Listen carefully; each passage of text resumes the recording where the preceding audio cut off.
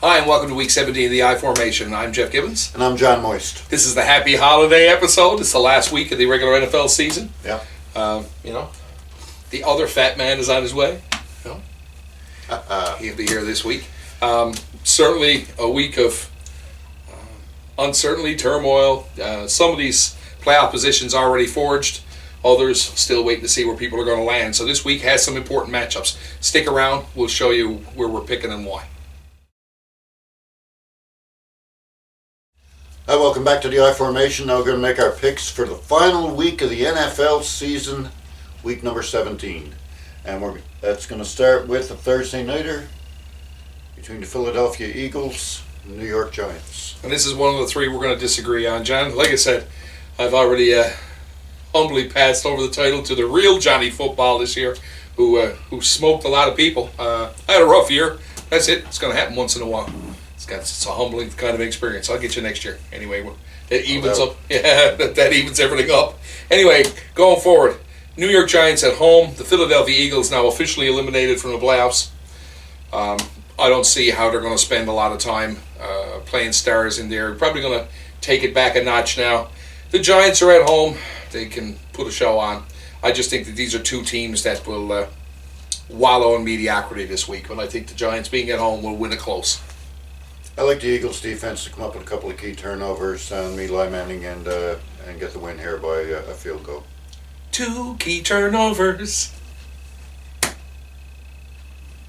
Okay. Next we got Jacksonville going into Houston. Houston are still alive.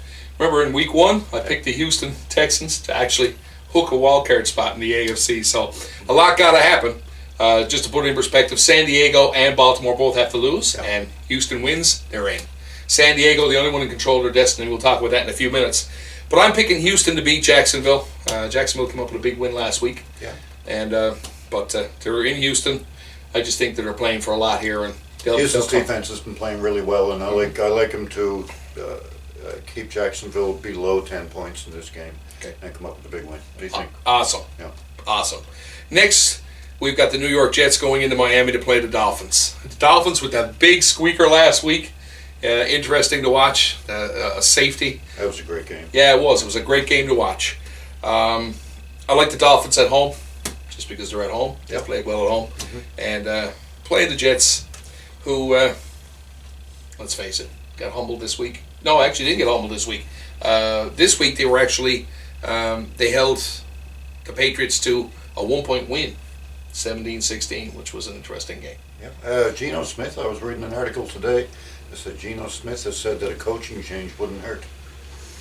Yeah, and it's time to throw that out there. Yeah. It's it's not like some small missile. It's more like a Molotov cocktail. Well, I really think Rex Ryan would make a good defensive coordinator, but not a head coach. Yeah, and give the devil his due. I think at that level, I think that's where he shines. I don't think he should be. I think it's the Peter principle. You rise to your own level of incompetence. Rex Ryan has been at that level for some time, and I think he made critical mistakes along the way with this team, and part of that was the support of Sanchez coming through. He sort of dug his own hole here, but he'll land somewhere, and he'll land on his feet, but I think that's going to happen very quickly after this season's over. I think you're right. Yeah, I look for a low-scoring game here.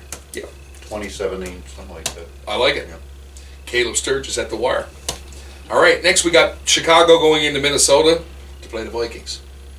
Vikings are looking good. They are. Team on the rise. Yeah. Teddy Bridgewater he's fared well as a rookie. He has. Yes. So what's he got? 6 wins? Is it 6 wins, I think, this year? I think so. Yeah, so I mean, not a bad start. Got thrown into that position with everything that went on there in Minnesota this year. It's only going to get better. I think that team is on the build, and you're right. I think that this is going to make for an interesting game. But Chicago has been they've just been awful this year. Their offensive line is horrible. Jay Cutler went and got the blame for all of this, and they said that they had buyer's remorse when they came to signing Cutler to the big contract. It's hard to be a great quarterback and have a great season when you don't have a great offensive line in front of you, and the Bears' offensive line is pitiful. And I don't think Cutler's to blame at all. And I think that they're going to lose in Minnesota this week, too. I see Minnesota running all over. Yeah, me too. Yeah. Matt Asiata looks great. Yeah. And we want to talk about buyer's remorse. Yeah. How can we talk about buyer's remorse and not mention Colin Kaepernick in the same sentence? Mm-hmm. I'm sorry, but we'll talk about that later. Sorry, Albert. Yeah. Next, we've got Buffalo going into New England to play the Patriots. And I flip-flopped on this one a couple of times this week. I'm going with New England. Yeah. Simply because they're in Foxborough, yeah, in Gillette Stadium, and they don't lose there. But they never lose there, especially to the AFC. They have won 22 straight home games against AFC opponents. But this game really doesn't mean much to them now that the Broncos lost. They're good. They've sewn up the number one seed in the AFC. That's official now. So I don't imagine they're really going to come out with all their big guns. They're probably going to throttle us back a bit. Buffalo is a good team. They play well in the cold too. So, defensively they could come in here. I mean, if they're playing Tom Brady, it's one thing. If they're playing Jimmy Garoppolo, it's quite another thing. Yeah. Garoppolo, give him credit. I mean, he's not a bad quarterback, but he's just getting started. And I think Buffalo could come up with something here. This is going to be a closer game than people expect. Dangerous game to pick New England on your pro line. How's that? Yeah, there's a test one for all you guys out there that are watching this. Yeah. That's right. Okay, we'll say New England close. Next, we got the Chargers going into Kansas City to play the Chiefs, and this could be the crown jewel of Week 17. Yes. Big game, rivalry there, and lots of playoff implications. As a matter of fact, Kansas City, well, we'll start with San Diego. San Diego wins, they're in. They're the only team that captained their ship right now in the AFC. Mm-hmm. If San Diego loses, and Baltimore loses, and Houston loses, Kansas City's in. So that's the math, and that's a very precarious step. It's a must-win for the Kansas City Chiefs. They're at home in Arrowhead, and I think that they come up with a big victory here. I think they're going to knock off the San Diego Chargers. I agree. I think that Kansas is an early game. Kansas City knows that they still have an outside shot. They're at home. They're at Arrowhead. San Diego does travel well. They have a good road team, but I think that. You're going to see Justin Houston and the guys in the NSR coming up with a big game and putting all kinds of pressure on a Phillip Rivers, who we have to mention, that has a bulging disc in his back right now, and certainly not at 100%. And will he get through this game is another thing. So some other teams' owners would start it regardless. Yeah. Well, off-season surgery is that's right. Is going to be for him. He needs to be careful of that, and he's not the only banged-up quarterback in the league. I mean, Romo's in a similar situation. There are people that certainly his mobility is going to be affected here. Yeah, but I think Kansas City defensively shines here, and they keep this close, and I think they win it at home. I agree. Yep, and it'll be Alex Smith controlling the game, but not winning the game necessarily. We'll see how it all goes. Next, we've got New Orleans going into Tampa Bay to play the Buccaneers at home. And New Orleans, I don't know if you saw that picture that I posted this week. No, I missed it. It was a picture somebody, a fan had taken at in New Orleans as they were rolling out one of the banners, the Saints, and of course it took us back to the 80s.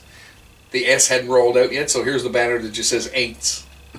And of course that's been making its way around the interweb all week. Yeah. I posted it. Sorry, Paul. I know we've already weighed in on it, but it's an old joke, but that's pretty much where they are. I mean, let's face it.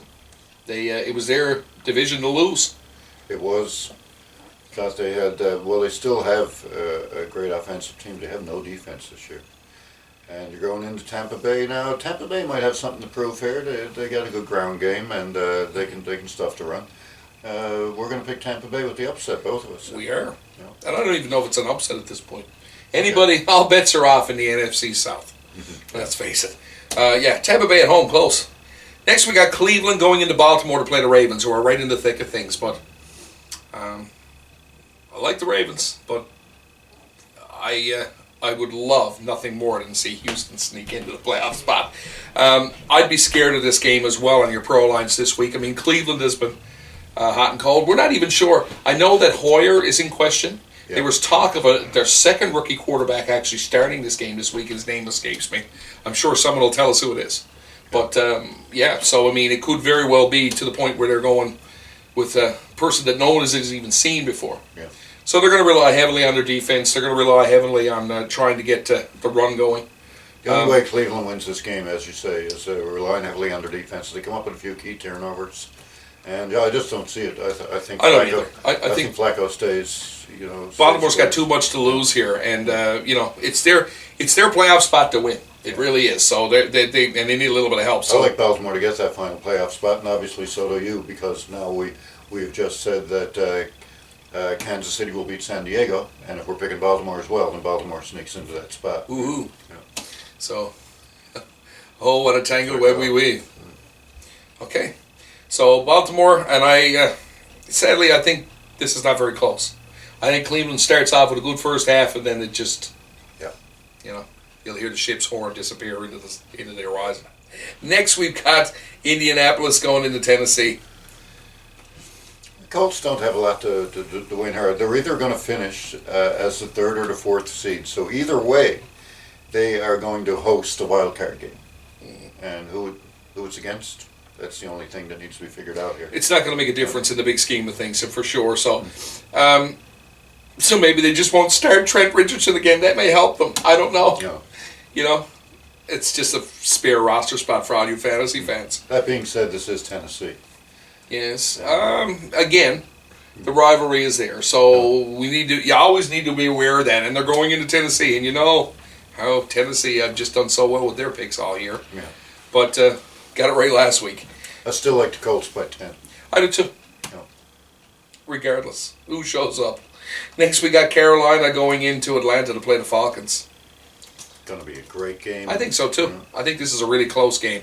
Yeah. One time we would have talked about Matt Ryan in the Dome at home, and we would have talked about him being unbeatable. Anyway, this is a playoff game because the loser of this game doesn't make the playoffs. The winner does and takes the division. And also the winner in taking the division gets an undeserved home wildcard game. It's like a 10-6 team. Yeah, really. Yeah, that's okay. But either one of these teams could show up. I'm kind of afraid of this one too. I'm going with Atlanta, as are you. Yeah. But Carolina, I don't know, man. They seem to show up at the most inopportune times. I think this is going to be a great game too. I think nobody walks away with this. No big score. I don't know what the spread is on this nowadays. I think it's a 3-point game. Yeah, it probably is, and I would say pick the tie. Yeah. But we're going with Atlanta. Next, we've got Dallas in Washington to play the Redskins. And you know what? This has always been a good game. End of the season, these two teams get together, that divisional rivalry, one of the best in the NFL, one of the longest standing. It's always a good game. And just like you picked that win last week, the Eagles and the Redskins. And the Redskins last week, you and about two other people on the planet. And it was, and you came out and you said, man, you know what, the last time they met, it was a 3-point game. Yeah. But no matter how far these two teams go up or down in the standings, they always get up for each other when they play. Right. And now we got to look at the outside chance of advancement further for the Dallas Cowboys in this situation. So that's going to weigh in there as well with respect to how they finish. I think it's such a fair outside chance, and I am picking Dallas in this game. We're disagreeing on this one. But I think it's such a fair outside chance that you may see them rest Tony Romo because his back is still bad. And I would not be surprised if they rested DeMarco Murray at some point in this game as well. You know what? In the Jerry Jones scheme of things, he's probably going to be on the bench. And if it gets out of hand, they may send him in. I mean, that's just the way he rolls. Yeah. I don't necessarily agree with that. But you're right. Murray needs to rest. Yeah. If they're going to do anything in the playoffs, they're going to need DeMarco Murray to be healthy and productive. So, advantage Washington. I just think Washington wins this at home. It's just pure pride at this point for a Redskins team that's had an abysmal year. Yeah. Okay. I think I'm going to pick Dallas by a field goal. Close game. Alrighty. Hope I'm wrong. Hope you're too. Yeah. Next, we got St. Louis going into Seattle to play the 12th man, and this is another big game with big implications. Well, certainly Seattle can finish as the number 1 seed in the NFC. Yeah. By no means this is not a crapshoot by any means. This is going to be a good game, I think. Two teams that are going to be, I wouldn't say evenly matched, but St. Louis really needs to find a way to stop that Legion of Boom and to deal with that Legion of Boom. And I don't think they've got the depth. They don't. I don't think they've got, plus they're in Seattle, which, adds to that. I'm going to go as far as to say that in Seattle with the 12th man and the Legion of Boom, I don't think there's a team in the NFL that can beat them right now. This is just hindsight or foresight. This is not about change of allegiance or bandwagon. I bought this last year for a specific reason because I proved a point, I thought. But they're back, baby. And I think that this is a team. I talked to Paul today, Paul Lauder, for a little while. We had a good chat, talked about football a little bit. And I said, I think that they're going to go the distance. And he knows how I feel about who they're going to meet in the Super Bowl. But we're going to talk about that in a little while. Paul knows who's going to be in the Super Bowl, and so does his buddy Colin Sanderson. He knows who's going to be there. Yeah, that's right. These guys are huge Seahawks fans. Yeah, they're going to be tough to beat. They're especially tough to beat if our roads go through Seattle. Okay, so yeah, I think that this becomes kind of scary and sad to watch. Yeah. Okay. We'll see what Marshawn Lynch may have to say after the game. That'll be more entertaining. That's the Skittles. Yeah, more Skittles than words, no doubt. Next, Arizona and San Francisco. And we're going to vary on this one too. So I'm picking Arizona to go into San Francisco and get to Colin Kaepernick. Because I think that this is essentially what defines, I guess, the lack of success of this team this year. Somebody said it one of the sports writers said this week, the last week's loss was a direct result of Kaepernick's inability to manage the ends of games. He is not where he needs to be a franchise quarterback. And it's no big secret that I'm not a Kaepernick fan. But at the end of the day, you got to give people credit. But I can't give him the credit. Yeah, great. He ran 90 yards this week for a touchdown. I was kind of hoping that Russell Wilson was going to shake that last tackle. He was going to go 102. That would have been really cool to watch. But you know what? That's a running tackle. We need to talk about great quarterbacks. We need to talk about their play in the pocket. We need to talk about their passing ability. And at this point, he still doesn't manage games well. Not $126 million well, right? So we talk about buyer's remorse. Wow, there's a contract that I just can't figure out. Oh. There's a couple in sports history that I can't figure out. That's one of them. Another one's the Toronto Maple Leaf, Dion Phaneuf, but we're going to stay in the same sport for a while. But I just think that the key to Arizona winning this game is to going in to San Francisco defensively handling Colin Kaepernick, flushing him out of the pocket and dealing with his scrambling. And they really need to get a cap on him because if he gets loose, no pun intended, if he gets loose, he can burn you. But they got to get to him. They got to blitz creatively. They got to get him and nail him in the pocket. The thing that I see mostly here about Kaepernick, as you pretty much just said, is that he doesn't have the leadership ability that he should have for the amount of money that they're paying him. When you see great quarterbacks at the end of games and that they're down, you talk about Peyton Manning, Aaron Rodgers, and even the Tom Brady's, don't hit me. The best. They're rallying their troops on the sidelines and they're saying, okay, let's get out there, let's go. And when I was looking at Colin Kaepernick last week, he was just sitting down there. He looked beaten already. And this is not good. If your team is looking at this, then if you're not rallying the troops, you're not going to win the ball game. Kaepernick needs to grow up and grow into the role and get out there and try and show his worth some of that big contract that he's got. I think that San Francisco, I'm not picking San Francisco to win this week because of Kaepernick, I can guarantee that. I'm glad. I think Arizona will get to them. But I think San Francisco's defense will get to. We still have a quarterback in Ryan Lindley who is yet to throw a touchdown pass in his NFL career. He's up against a tough defense at home with something to prove. They want to go out at 8-8. I'm sure they do. So I will pick San Francisco in a close game here and a great game. Hard hitting. And that is the big question. I mean, it's been the Cardinals' bane of their existence to be able to put points on the board offensively. Yeah. Turnovers, scoring off turnovers, that's one thing, but being able to finish and red zone completion at that point has been abysmal for them this year. So hopefully, my take is that they're just going to go in there and they're going to cause enough problems with Kaepernick with regards to turnovers that they're going to win the game. And like you always say, John, usually the team that loses the game is the one that gives the ball up the most times. Yeah. And I think that that's what's going to be the situation here. So we'll see. Next, we've got Detroit going into Green Bay to play the Packers. Not a good game. Detroit has not beaten Green Bay in Green Bay at Lambeau since 1991. Don't see it starting here. No, I don't either. That team has been hot and cold all year too, Detroit. Like, I mean, and I realize they dealt with a lot of different things from an adversity perspective this year. But when the chips are down, that Green Bay team is just better, pound for pound. Tell you something else too. Matthew Stafford, who I think is a great quarterback, and I thought, but I read a statistic today that I wasn't aware of. Stafford is 0-16 going on the road against teams with winning records. I read that today and I couldn't believe it. But what I can't believe is that you came up with that shit. Yeah, 0-16 on the road against teams with winning records. He finds the silver cloud. So there's silver lining in every freaking cloud. I got to tell you, man. It's not silver lining. Yeah. Well, I mean, you find the stat. I find the stat. It is if you're a cheesehead. Yeah, I love statistics. You know that. Emphasis on the tick. All right. Next we got Oakland going into Denver to play the Broncos. Broncos licking their wounds this week. Well, they got to win, and if they win, they will get the number 2 seed in the AFC in a first-round bye.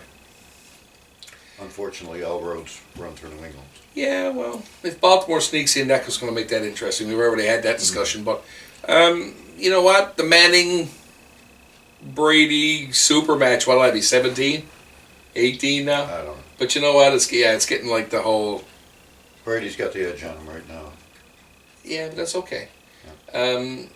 I don't see Peyton Manning doing anything else but going out with a bang. I mean, if he makes a run, I tell you what, it'll be his Super Bowl. If they do meet in the AFC final, if they do meet there, I guarantee it'll be probably the best game that the two of them played together. Oh, yeah. Bar none. I don't care where they're playing it. They can play it on a beach in Florida. It doesn't really matter, but I guarantee you it'll be good football to watch. Yeah. So we're calling, I don't see any other way. I think Denver massacres them at home. Yeah. Denver's going to beat Oakland. I'd say Manning will be on the bench by the second quarter, and they'll be up by 21. That's my take. There you go. All right, next we've got, finally, Cincinnati going into Pittsburgh, and this is another huge game. Oh, is it ever? This is another a game, a battle for the division title here. Yep, and... both have secured playoff spots. Yep. Yeah. I don't know. I said last week about Pittsburgh being hot and cold, and they have been in certain points. But when you look right now at that front line, that front offensive line, and you think about Bell and Roethlisberger in particular, I mean, they're sick. Yeah. They're absolutely sick. I don't think Cincinnati's defense is going to be able to handle that. Yeah. I think the Bengals are a weak playoff. Beat Denver last night. Yeah, but I don't know. I think the moons and the stars just aligned. Okay. They've had their weeks where they've been blown out too. Well, Peyton Manning threw 4 picks last night for the 6th time in his entire career. That doesn't happen very often. 6 times? 6 times he's thrown. I can't believe he's thrown it done it 6 times. That's kind of amazing to me. Yeah. But you know what? When you throw the ball, like I said, it's all about turnovers. Yeah. And any team on any given Sunday, right? So I just think that I think Cincinnati's the weaker team of the two. I think Pittsburgh right now is really peaking, especially like you say with Bell on the ground. That offensive line is doing very well. Their defense had 6 sacks last week. They're starting to really peak as a team, and I still think this is a close game. I'm a little afraid of it. Cincinnati beat Denver last week. They won 30-0. So I mean, they're playing some good ball too. But I agree with Jeff and say that I think Pittsburgh is a bit of a stronger team here. And I like them. I'm going to say a touchdown. Touchdown? That's me. I like it. All right. So that's this week's picks. Albeit a lot of different things can go on here. And we're going to tape here on Tuesday. Between now and then, 1,000 things could happen that could impact any one of these games. So stick around. We're going to give you our final thoughts with respect to our player and team of the week.